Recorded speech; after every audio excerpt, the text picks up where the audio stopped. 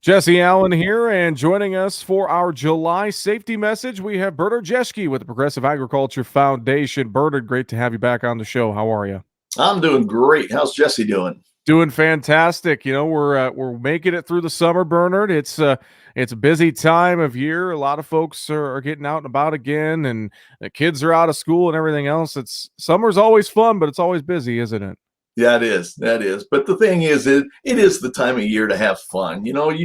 People, they're taking their vacations, and you might have like community festivals going on, or picnics, or you just got kids over having fun. So Sure. it's that time of year to have fun, but you still got to be safe, and you can have a lot of fun and still be safe at the same time. That's So. very, very true. And that's a great topic for us to talk about here on this month's safety message and looking at some different things about staying safe during all that summer fun we're having. And, I think one of the biggest ones we could probably start with, Bernard, is having fun in the sun because obviously a lot of people are outside having a good time under the sun and it's hot. And it's been hot in a lot of areas of the country lately, Bernard.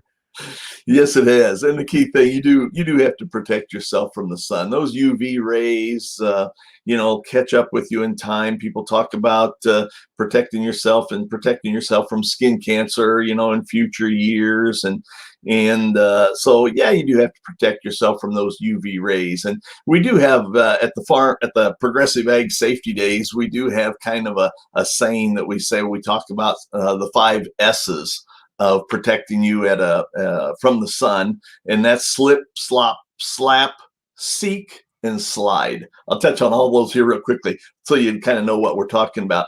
What we talked about is slip on a t-shirt. Put some clothes on. The thing is, there are a lot of people that like to run around without a shirt or that type of thing, and yeah, you might feel it's being cooler, but your skin's just absorbing a lot of those UV rays. So put some clothes on. The thing too, they're coming out with a lot of clothing items now that you can stay cooler in, that moisture wicking material and stuff, and it can even be long sleeve, and it still feels rather cool. So that's important. We always talk about slop on some sunscreen. Again, they talk about SPF or higher, or a greater number than that. The bigger the number, the more protection there is. That's always important. Slapping on a hat. Again, we recommend the wide brim hat. So the hat that you got on there, Jesse, is better than nothing. But a wide brim hat would be better to protect your face, your ears, back of your neck, those types of things. So we do recommend that wide brim hat. If you can, seek some shade. And the thing is, there, especially between 10 and 4. Those are the hours where the sun is the strongest, the most UV rays, that type of thing. So between 10 and 4, try and seek some shade. And then the last one there is slide on some sunglasses. A lot of people don't think of that being that important, but there are a lot of common sun related vision problems due to the UV rays, commonly cataracts and muscular degeneration, or mascular degeneration. Those are the two things that really bother your eyes. So it is important to get some sunglasses on that have some UV protection. So the sun, it's fun to have fun in the sun, but you got to Hmm. protect yourself from the sun. Well, and you think about protecting yourself from the sun, and a lot of times when folks aren't wearing a shirt or anything like that is when they're at the beach, at the swimming pool, and that's a Yep. whole other animal when it comes to being safe. Yep. Yeah. There you are. You're at the beach, swimming pool. Maybe you're out at a farm pond or something, doing a little fishing. Water safety is important. If you're going to go swimming, make sure you're swimming with a buddy. You should never go alone. We always talk about the buddy plan at the Progressive Ag Safety Days, the importance there, and that the importance of wearing that PFD, that personal flotation device. Statistics tell us that the majority of the people that drowned in the water had no intentions of getting in the water. They either fell in the water, they fell or tripped off of a dock, or fell out of the boat or those types of things. So it's important to have that personal flotation device anytime you're around the water, and definitely on the boat. And even for kids, it's the law to have a personal flotation device on when they're on the boat. So yeah, you got to protect yourself in the areas of water. Another thing that sometimes I think people forget about is that that family picnic or eating food outside, and Mm. they sometimes maybe don't think about food safety, but that's very important as well, Bernard. Yeah, we talk about a lot of health stuff too at Progressive Ag Safety Days. So it's not all just safety based, but it's also health based.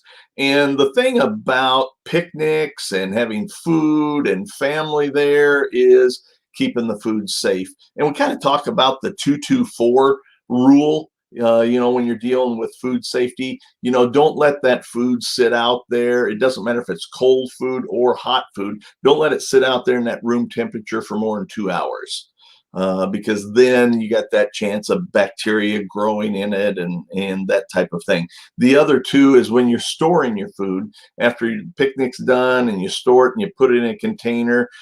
Try to keep it from being more than 2 inches deep in a container.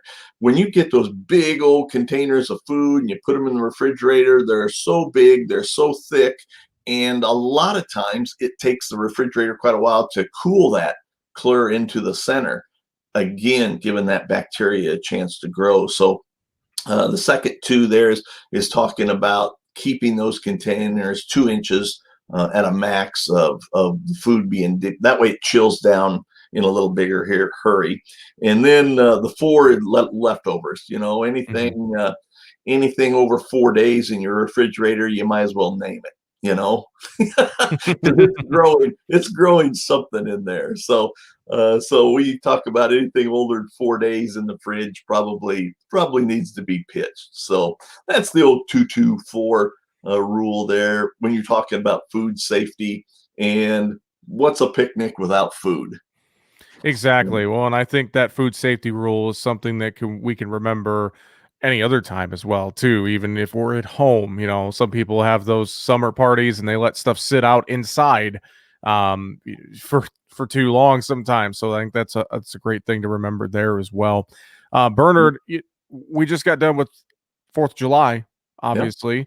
Yep. That's big time for fireworks, and there's still few folks who are having some fun with fireworks here, even after the 4th of July.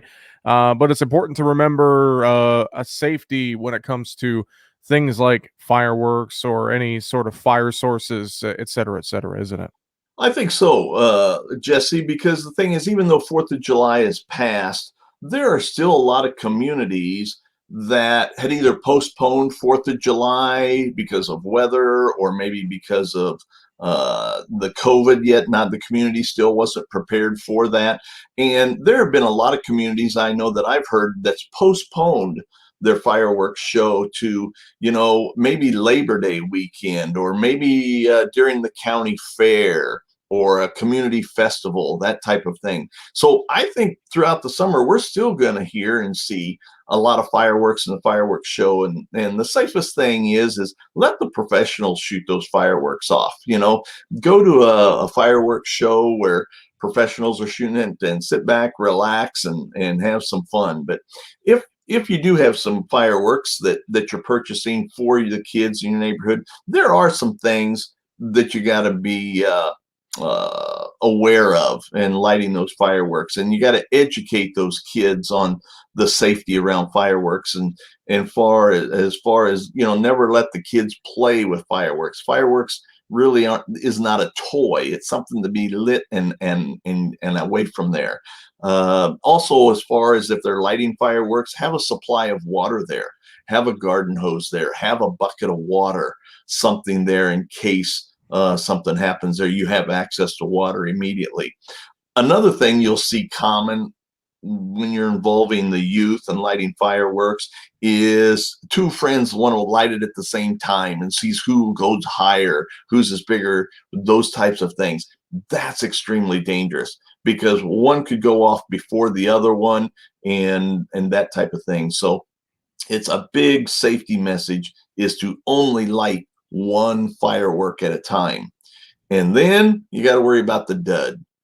The fuse went off, firework didn't go off, didn't shoot up in the air. Big mistake again that kids think they can do is poke around there with their lighting punk and see if they can still light that. And that's statistically when it's going to blow up in their hand, in their face, those types of things. So never try to relight a firework that didn't go off. And obviously the safety tip of never point a shooting fireworks at someone else, an animal, a structure, anything flammable. We just don't want to make sure we don't want to catch things on fire. We're having a good time. We're trying to have some fun. Don't turn it into an ugly situation. But I think we will see some fireworks and experience more fireworks here yet this summer through the communities and fairs. Very, very true. And the other thing too, and you alluded to this as well here during our conversation. Obviously, COVID-19 is not something that is completely gone away, and we have to remember that here as things are reopening and restrictions are being lessened. So have to remember some of those dangers with COVID-19 are still out there and still prevalent, Bernard. Yep, that's right. And the thing is, the summer is still all about having fun. And we just felt cheated last summer, as far as not being able to have these events and not having the fun. And people are really anxious this year to get together with their family and their friends and that type of thing. So we can still get together, but I think we still got to use some precautions. We still you got to kind of avoid those large crowds. We still need to be practicing social distancing, and things like that. And I think we learned a lot through this COVID thing about the importance of washing your hands. Keep washing your hands, because that's the thing when we're moving germs from person to person here. Just washing your hands can eliminate all of that. So, even though, like you say, COVID's lessened, it's still not gone, type of thing. We want to have fun, but again, we got to keep that in mind and use some good practices there, as social distancing, washing hands, and kind of avoiding those large crowds. Well, a lot of great safety tips for summer and that summer fun that's out there, Bernard. And I know it's just one of the many things that you and the folks cover with the Progressive Agriculture Safety Day program. And Yeah. talking about things going back and reopening and in person, we got some Safety Day stuff going on coming up that really just great to see us back in person once again, Bernard.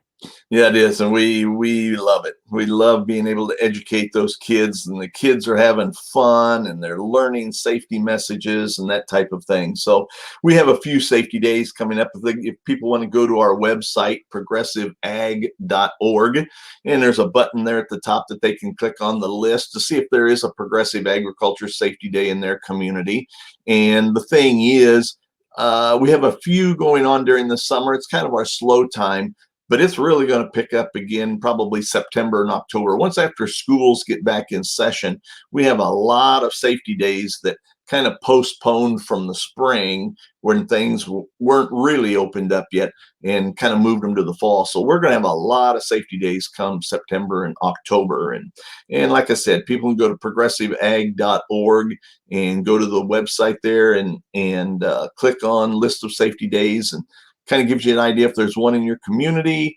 It also gives you an opportunity there if you're wanting to help make a donation, help support more kids, because for every dollar that we raise, we can reach more and more kids. So we're always asking for help there. And keep in mind too that this is the month the applications are due for 2022. So if your community is wanting to host a safety day and that type of thing here in 2022, go to the website, and the application is right there, and you click on it. It's a very easy application to fill out, but it's due this month. So this is very timely to throw that out. Very, very true. And the great things you guys do with the Progressive Agriculture Foundation, being a 501c nonprofit and helping orchestrate and put on these safety days and the program and teaching youth across North America. It's always great to learn what is going on, and we definitely encourage folks to bring a safety day to your community as well. It's so important, Bernard, to educate our youth. Yep, it sure is, Jesse. And we appreciate you and Market Talk Ag for helping get the word out, because we're reaching a lot more families by you giving us some time every month to talk about safety. So, Jesse, we greatly appreciate your time and your effort, and Market Talk Ag. It helps everybody out. Well, Bernard, we appreciate it as well, the time and the expertise. Bernard Jeschke with the Progressive Agriculture Foundation, thanks for joining us for the July safety message. We appreciate it. Thank you, Jesse.